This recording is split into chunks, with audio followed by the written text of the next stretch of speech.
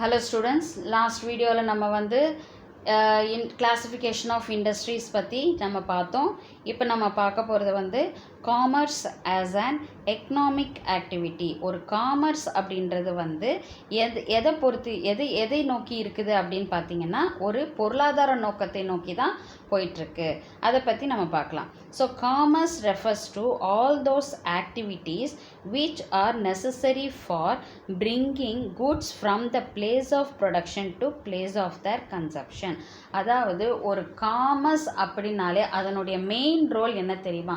ஒரு ப்ரொடியூசர் கிட்டேருந்து ஒரு கன்சியூமர் கிட்ட வந்து பொருளை கொண்டு சேர்க்கறது தான் காமர்ஸோட மெயின் வேலை. குட்ஸை வந்து கரெக்டான ப்ரொடியூசர்லேருந்து கரெக்டான கஸ்டமர்ஸ் கிட்ட கொண்டு போய் சேர்க்கறது தான் காமர்ஸின் வேலை. So commerce refers to all those activities which are necessary for bringing goods from the place of production. place of productionலிருந்து place of consumption யார் கன்சியூம் பண்ணுறது? கஸ்டமர்ஸ் தான் வாங்கி உபயோகிக்க போகிறாங்க. ஸோ அந்த உபயோகிப்பாளர்கிட்ட கொண்டு போய் சேர்க்கறதுன்றது வந்து எதுன்னா காமர்ஸ் அப்படின்னு சொல்கிறாங்க. So according to Evelyn Thomas அப்படின்றவங்க வந்து காமர்ஸை பற்றி சொல்லியிருக்காங்க. என்ன சொல்லியிருக்காங்க அப்படின்னா, commercial operations deal with the buying and selling of goods, the exchange of commodities and the contribution of finished products. அதாவது அவங்களுடைய அபிப்பிராயப்படி காமர்ஸ் அப்படின்னா என்னென்னா, இந்த கமர்ஷியல் ஆப்ரேஷன்ஸ், அதாவது இந்த வணிக நடவடிக்கைகள் இருக்கு இல்லையா, இந்த பிஸ்னஸ் ஆப்ரேஷன்ஸ் எல்லாம் இருக்கு இல்லையா, அதெல்லாம் எதை டீல் பண்ணி இருக்குது அப்படின்னு பார்த்தீங்கன்னா, buying and selling of goods, ஒரு பொருளை வந்து வாங்குவதும் விற்பதும், இது வந்து அந்த காமர்ஸில் இடம்பெறுது அப்படின்னு சொல்கிறாங்க. அடுத்தது த எக்ஸ்சேஞ்ச் ஆஃப் கமாடிட்டிஸ், அதாவது பொருளை வந்து எக்ஸ்சேஞ்ச் பண்ணுறது, இந்த விஷயங்கள் நடக்குது அப்படின்னு சொல்கிறாங்க. And the contribution of finished products, அதாவது ஃபினிஷ்டு ப்ராடக்ட்ஸோட பங்களிப்பும் இதில் இருக்குது அப்படின்னு சொல்லிட்டு அவங்க எக்ஸ்பிளைன் பண்ணுறாங்க. காமர்ஸ் அப்படின்றத சொல்கிறாங்க. So commerce includes not only trade, அதாவது இந்த காமர்ஸ் அப்படின்றது வந்து ட்ரேட் மட்டும் கிடையாது, அதாவது buying and selling of goods அப்படின்றது மட்டும் கிடையாது, பட் ஆல்சோ சர்வீசஸ், சேவைகளையும் சர்வீசஸையும் இது இன்க்ளூட் ஆகிருக்கு காமர்ஸில் அப்படின்னு சொல்கிறாங்க. ஸோ ஒரு காமர்ஸ் அப்படின்னாலே கூட்ஸ் அண்ட் சர்வீசஸ், காமர்ஸில் கூட்ஸ் அண்ட் சர்வீசஸ் இருக்கும், and at the same time அங்கே பையிங் அண்ட் செல்லிங் இருக்கும், அடுத்தது அங்கே ஒரு ப்ராஃபிட் இருக்கும். இதுதான் காமர்ஸ், சிம்பிள். ஸோ காமர்ஸ்னால் என்ன இருக்கும்? காமர்ஸ்னால் வந்து ஒரு பையர் அண்ட் செல்லர் இருப்பாங்க. ஸோ அவங்களுக்கு என்ன தேவை? கூட்ஸ் அண்ட் சர்வீசஸ் தேவை. ஸோ கூட்ஸ் அண்ட் சர்வீசஸும் பையர் அண்ட் செல்லரும் சேர்ந்து அவங்க எதை நோக்கி போகும்? ப்ராஃபிட்டை நோக்கி போகும். இதுதான் காமர்ஸ். ஓகேவா? ஸோ நெக்ஸ்ட்டு இந்த சர்வீசஸ் அப்படின்றது எதெல்லாம் அப்படின்றாங்க உங்களுக்கு தெரியும். Transport, warehousing, packaging, insurance, banking, sales ப்ரமோஷன்னா என்னது? எப்படி நம்ம பொருளை வந்து சேல்ஸ் பண்ண போகிறோம், ப்ரமோட் பண்ண போகிறோம் அப்படின்னா அட்வர்டைஸ்மெண்ட் மூலிமா பண்ணுவோம், இல்லைனா வந்து சேல்ஸ்மேனுங்க வந்து வீடு வீடாக கொண்டு போய் இந்த பொருளை பற்றி அவங்களுக்கு எக்ஸ்பிளைன் பண்ணி அந்த மாதிரி பொருளுக்கு வந்து ஆட் கொடுக்கறது. ஸோ இந்த மாதிரி இருக்கிறது தான் வந்து சேல்ஸ் ப்ரமோஷன் அப்படின்னு சொல்லுவாங்க. Which are incidental or auxiliaries to trade, இதையெல்லாம் தான், அதாவது இந்த transport, warehousing, packaging, insurance, banking, இது எல்லாத்தையும் தான் வந்து என்ன சொல்கிறோம்? ஆக்சிலரிஸ் டு ட்ரேட் அப்படின்னு சொல்லிட்டு சொல்கிறோம். ஆக்சிலரிஸ்னால் மறுபடியும் சொல்கிறேன், ட்ரேடுக்கு துணையான அப்படின்னு அர்த்தம். சரிங்களா? ஸோ இது உங்களுக்கு இன்னொன்று டீட்டெயிலாக தெரியும்னா ரெஃபர் சாப்டர் 2. சாப்டர் 2ல் நீங்கள் பார்த்தீங்கன்னா உங்களுக்கு இதை பற்றின டீட்டெயில்ஸ் வந்து உங்களுக்கு தெரியும். Next commerce includes the following activities. Commerce அப்படின்னு வந்தாலே அங்கே வந்து இந்த ஃபாலோயிங் ஆக்டிவிட்டீஸ் கண்டிப்பாக இருக்கும். அது என்னென்ன மாதிரி ஆக்டிவிட்டீஸ் அப்படின்றத வந்து நம்ம பார்க்கலாம். ஃபஸ்ட்டு வந்து ட்ரேடுன்னா வணிகம். ஸோ என்ன? Trade is an essential part of commerce. So commerce அப்படின்னாலே அங்கே வந்து கண்டிப்பாக வணிகம் ட்ரேடுன்ற ஒரு விஷயம் கண்டிப்பாக இருக்கும். ட்ரேடுனாலே என்னதுமா? பையிங் அண்ட் செல்லிங், அதுதான். ஓகேவா? So trade is an essential part of commerce. The term trade is used to denote buying and selling. ட்ரேடுனாலே என்னது? ஒரு பையிங்கும் ஒரு செல்லிங்கும் நடக்கின்ற விஷயம். It helps in making the goods produced available to ultimate consumers. அதாவது it helps in making the goods produced available to ultimate consumers or users. அதாவது இந்த ட்ரேடுன்றது வந்து எப்படி ஹெல்ப்ஃபுல்லாக இருக்குது அப்படின்னா, இந்த என்ன பொருட்கள் வந்து அவைலபிலிட்டியாக இருக்கோ, குட்ஸை வந்து எது ப்ரொடியூஸ் பண்ணி இருக்கோ அதை வந்து அந்த கஸ்டமர்ஸ்கிட்ட கொண்டு போய் சேர்க்கறது தான் வந்து ட்ரேட் அப்படின்னு சொல்லிட்டு சொல்கிறாங்க. நெக்ஸ்ட்டு வந்து therefore one who buys and sells is a trader. அதாவது ஒரு பொருளை அவங்க வந்து வாங்குறவங்களாகவும் இருக்கலாம், இல்லை அந்த பொருளை விற்கிறவங்களாகவும் இருந்தலாம். இந்த ரெண்டுமே வந்து ட்ரேட் அப்படின்னு சொல்கிறாங்க.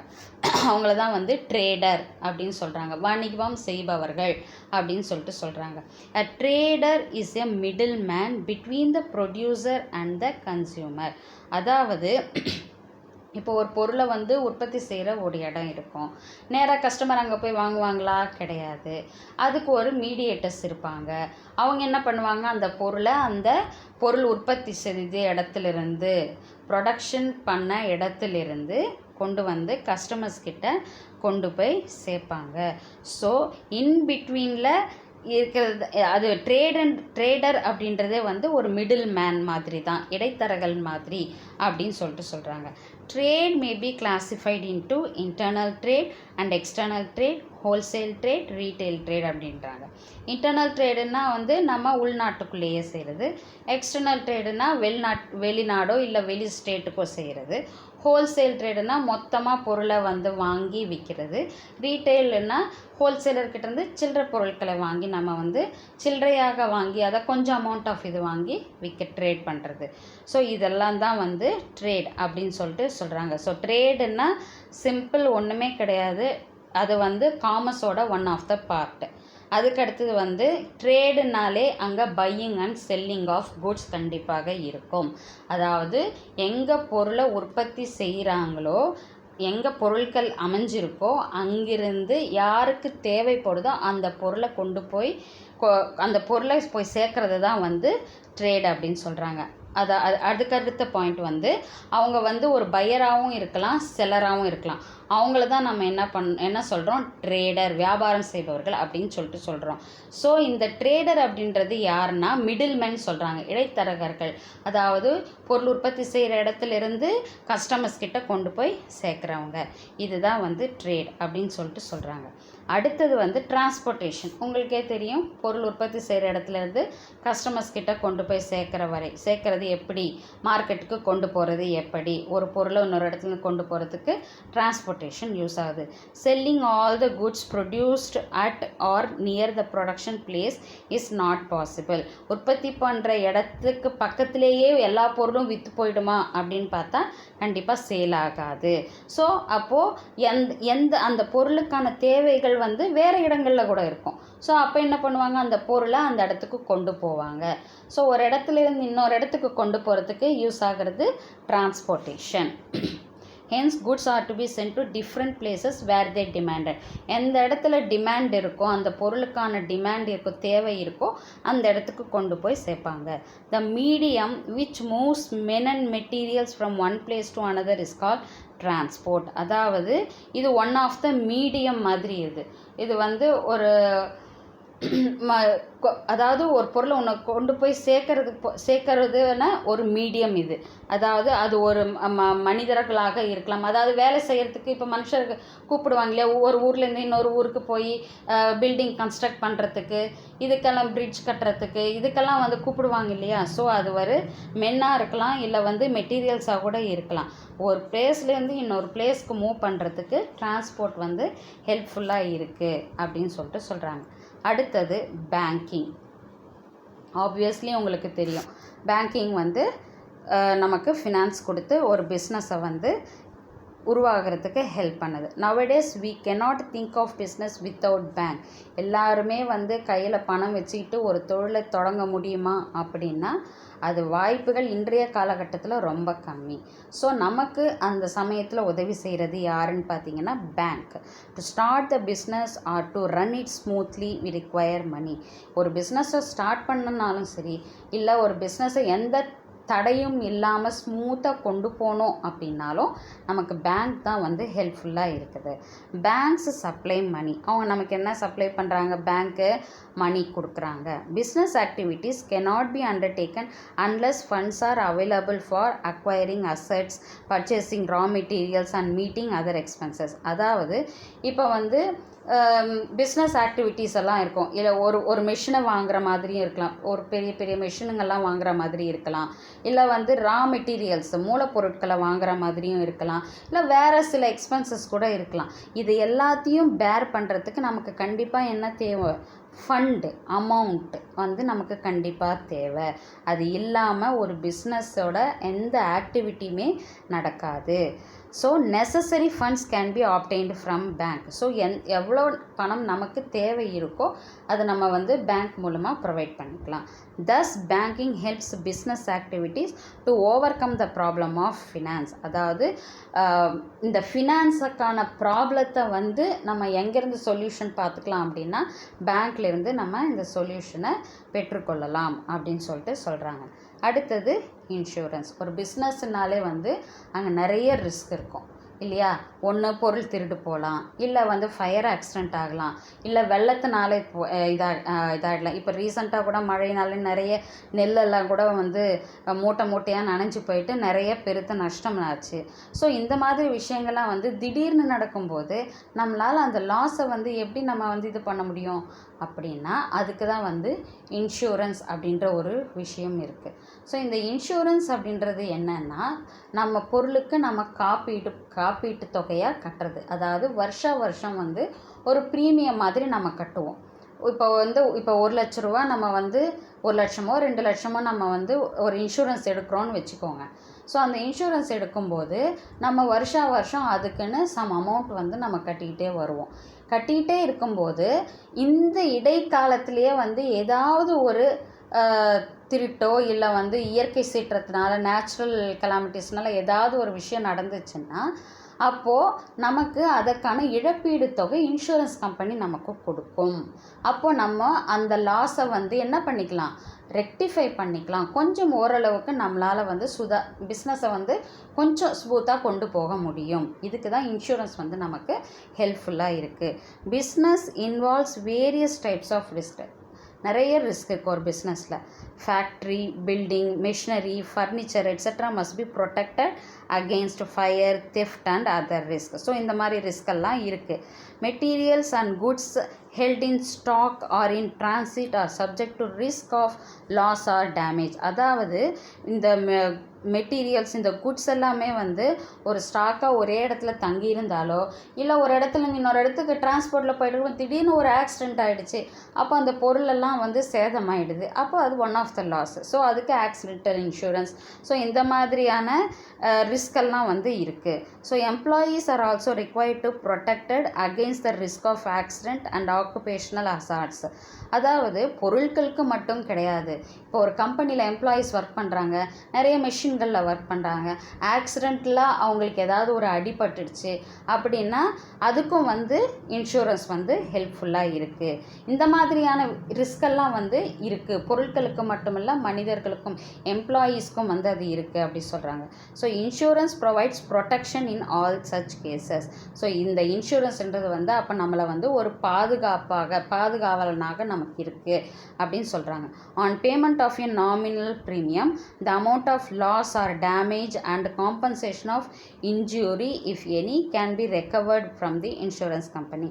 அதாவது நம்ம ஒரு small amount of premium amount, இப்போ இன்சூரன்ஸ் வந்து இப்போ ஒரு 2 லட்சம் அப்படின்னு வச்சுக்கோங்க.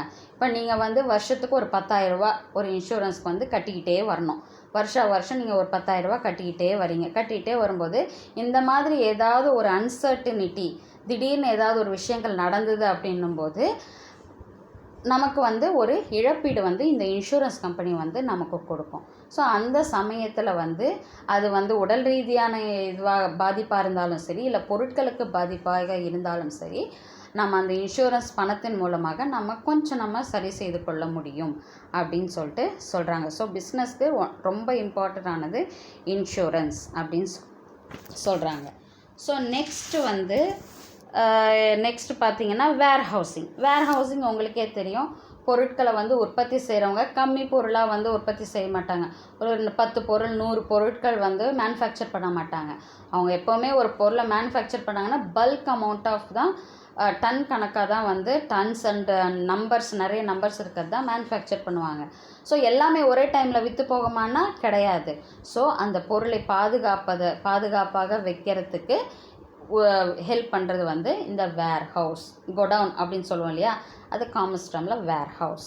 So usually goods are not sold or consumed immediately after production முடிஞ்சவொடனே எல்லா சாமானும் எனக்கு விற்று போயிரும்ப்பா, எனக்கு வந்து எந்த இதுவும் கிடையாது அப்படின்னு எந்த பிஸ்னஸ்லையுமே சொல்ல முடியாது.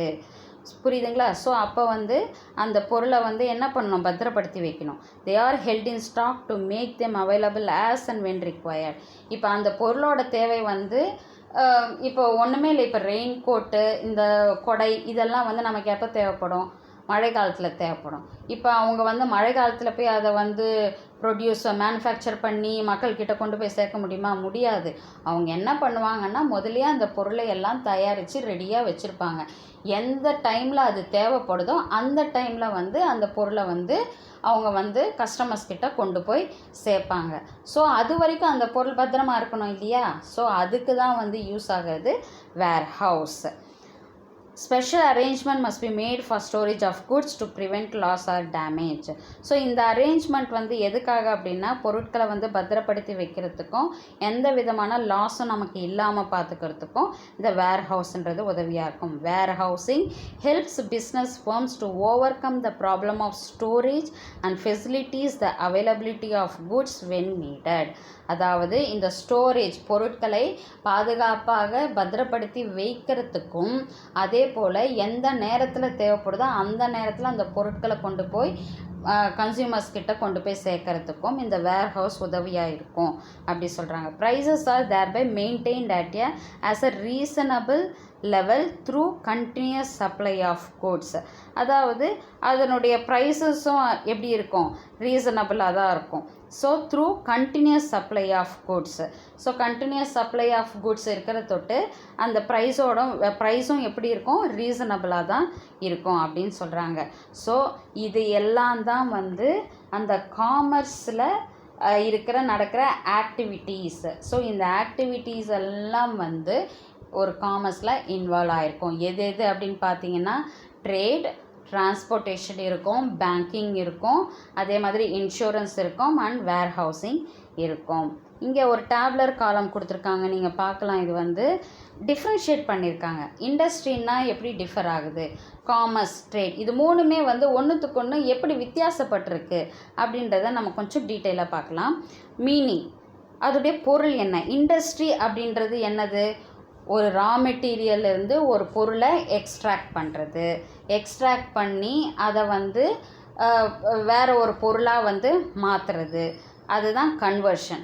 அதே மாதிரி கன்வெர்ட் பண்ணி அது என்ன பண்ணுறாங்க, இன்னொரு ப்ராசஸ்க்கு கொண்டு போகிறாங்க. இன்னொரு பொருளோட ஒரு ஃபினிஷ்டு ப்ராடக்டாக, முழுசாக ஒரு ப்ராடக்டை உருவாவதற்கு கொண்டு போகிறாங்க. ஸோ இந்த ப்ராசஸ் இதுதான் வந்து இண்டஸ்ட்ரி அப்படின்னு சொல்கிறாங்க. ஒரு மனிதனுக்கு ஒரு ரா மெட்டீரியலிருந்து ஒரு மனிதனுக்கு உபயோகப்படுத்தக்கூடிய பொருளாக போகிற வரைக்கும் நமக்கு எந்த இது வந்து சர்வீஸ் நமக்கு இதுவாக இருக்குன்னா இண்டஸ்ட்ரியல் சர்வீஸ் தான் வந்து நமக்கு ஹெல்ப்ஃபுல்லாக இருக்குது. இதுதான் அதோட மீனிங். காமர்ஸ் அப்படின்றது வந்து உங்களுக்கு ஆல்ரெடி நான் சொன்னேன். காமர்ஸோட மெயின் இது வந்து என்னது, கூட்ஸ் அண்ட் சர்வீசஸை டிஸ்ட்ரிபியூட் பண்ணுறது, மக்களுக்கு விநியோகிப்பது, மக்களுக்கு கொண்டு போய் சேர்க்கறது தான் வந்து காமர்ஸோடைய வேலை. அடுத்தது ட்ரேட் அப்படின்னு பார்த்தீங்கன்னா பிஸ்னஸ்னால் என்னது, ஒரு பொருளை வாங்குறதோ விற்கிறதோ, இதுதான் வந்து ட்ரேட். ஓகேவா? இப்போ ஸ்கோப்புன்னா அதனுடைய நோக்கம் என்ன, இண்டஸ்ட்ரியோடைய நோக்கம் ஸ்கோப் என்ன அப்படின்னு பார்த்தீங்கன்னா, consist of all activities involving conversion of materials and semi finished products into finished goods. அதாவது எந்த மாதிரியான ஆக்டிவிட்டி இண்டஸ்ட்ரியில் நடக்கும், இன்வால்வ் ஆகிருக்கும் அப்படின்னு அவங்க சொல்கிறாங்கன்னா, கன்வர்ஷன் ஆஃப் மெட்டீரியல்னால் ரா மெட்டீரியலை வந்து ஒரு உபயோகிக்கக்கூடிய ஒரு பொருளாக ஃபஸ்ட்டு கன்வெர்ட் பண்ணுவாங்க. அது வந்து மறுபடியும் என்ன பண்ணுவாங்க, செமி ஃபினிஷ்டு ப்ராடக்டாக கொண்டு வருவாங்க. அதாவது முழுமையாக உபயோகப்படுத்தக்கூடிய பொருளாக இல்லாமல் ஒரு பாதி அளவு அதை வந்து ஒரு அடுத்த சுழற்சிக்கு கொண்டு போகிறது, அடுத்த ஃபேஸ்க்கு கொண்டு போகிறதுக்கு ஒரு செமி ஃபினிஷ்டு ப்ராடக்டாக வரும். அது என்ன பண்ணுவாங்கன்னா மக்கள் உபயோகப்படக்கூடிய ஒரு ஃபினிஷ்டு ப்ராடக்டாக வந்து கொண்டு போவாங்க. இதுதான் வந்து இண்டஸ்ட்ரியோட ஒரு பணி. இந்த காமர்ஸில் அப்படின்னு பார்த்தீங்கன்னா comprises trade auxiliaries to trade. ஆக்சிலரிஸ்னால் நான் சொன்னேன், நம்ம transportation, insurance, banking, warehousing இதெல்லாம் தான் வந்து ஆக்சிலரிஸ். ஸோ ஒரு ட்ரேட் அப்படின்னாலே அந்த இடத்துல என்ன இருக்கும், இந்த ஆக்சிலரிஸ் ஆஃப் ட்ரேடும் கண்டிப்பாக இருக்கும் அப்படின்றாங்க. அதே மாதிரி காமர்ஸில் அடுத்து ட்ரேடில் பார்த்தீங்கன்னா goods and services, exchange of goods and services வந்து அதுதான் அதனுடைய முதல் நோக்கம் அப்படின்னு சொல்கிறாங்க. பொருளையும் சர்வீஸையும் வந்து மாற்றிக்கொள்வது, எக்ஸ்சேஞ்ச் பண்ணிக்கிறது தான் வந்து ட்ரேடோட நோக்கம்.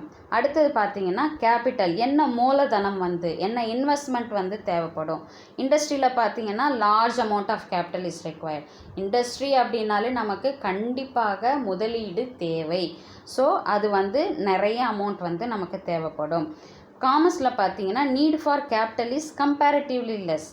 இண்டஸ்ட்ரியோட கம்பேர் பண்ணும்போது காமர்ஸுக்கு வந்து அதோட தேவைகள் வந்து கம்மி. ஏன்னா அதோட வேலை என்ன அப்படின்னு பார்த்தீங்கன்னா பொருட்களை மக்கள்கிட்ட கொண்டு போய் சேர்க்கறது. ஸோ அங்கே வந்து உங்களுக்கு இன்வெஸ்ட்மெண்ட்டுக்கான சாத்தியக்கூறுகள் வந்து கொஞ்சம் கம்மி தேவைப்படும், ஆனால் இண்டஸ்ட்ரி அளவுக்கு தேவைப்படாது.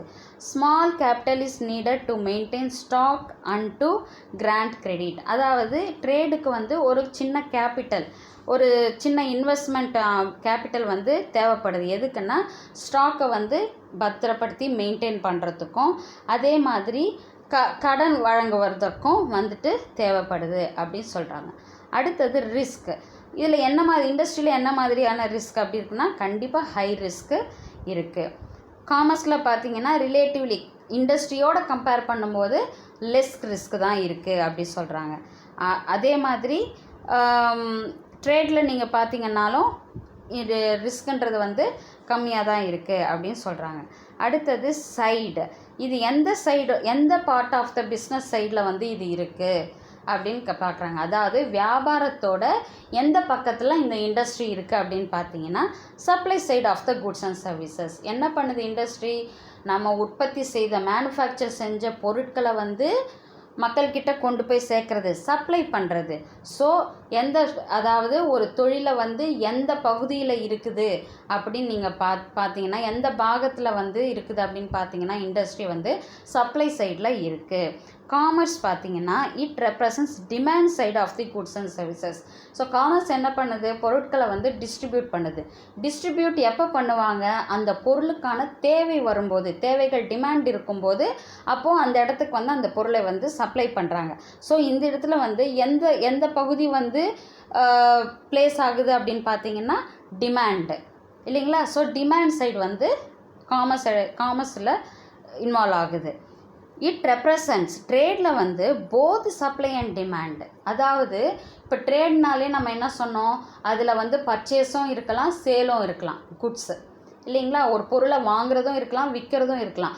அப்போது இதில் என்ன இருக்குது, சப்ளையும் இருக்குது டிமாண்டும் இருக்குது. ஸோ ரெண்டு சைடுமே இன்வால்வ் ஆகிருக்கிறது எதில் அப்படின்னு பார்த்தீங்கன்னா ட்ரேடில் இன்வால்வ் ஆகிருக்கு.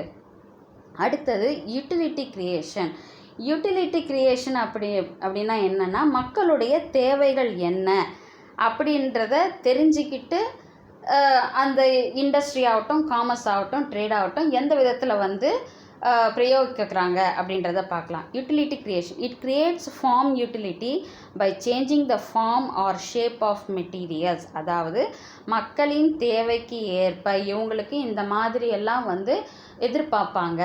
ஸோ இந்த மாதிரி எல்லாம் மக்களுடைய விருப்பங்கள் இருக்குது. ஸோ அதுக்கேற்ப என்ன பண்ணுவாங்கன்னா அந்த பொருளினுடைய அமைப்பை வந்து மாற்றி அமைப்பாங்க.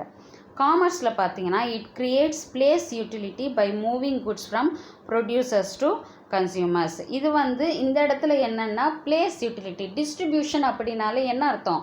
ஒரு இடத்துல இருந்து இன்னொரு இடத்துக்கு அந்த பொருளை கொண்டு போய் டிஸ்ட்ரிபியூட் பண்ணுறது.